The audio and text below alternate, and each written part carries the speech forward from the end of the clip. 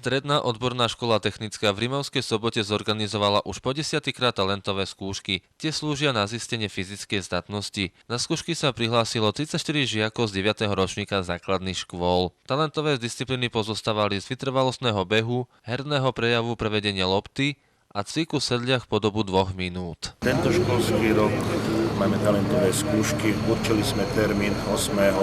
apríla. Je to jeden z posledných termínov. Urobili sme kvôli tomu, aby sme získali čo najväčší počet žiakov.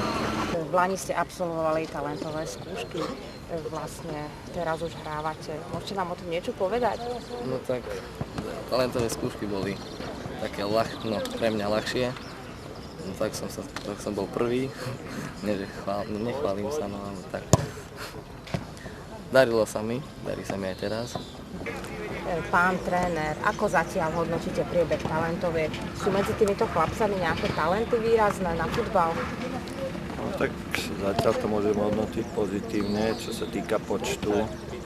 Samozrejme, už to robím dosť dlho, takže nie každý rok by som povedal, nie že úspešný, ale sa objavia toľko talentov.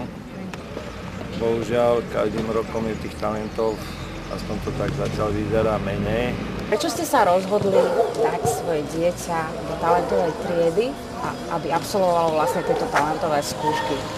Tak, jedna ako tradícia futbalová, otec a ja som hrával a väčšinou tých mladých ľudí zaujíma všetko možné venovať šport. Ja si myslím, že tu sú tie podmienky, my sme z Rožňavy prišli a to sú tie podmienky také vytvorené, cítime sa, to nieme, takže.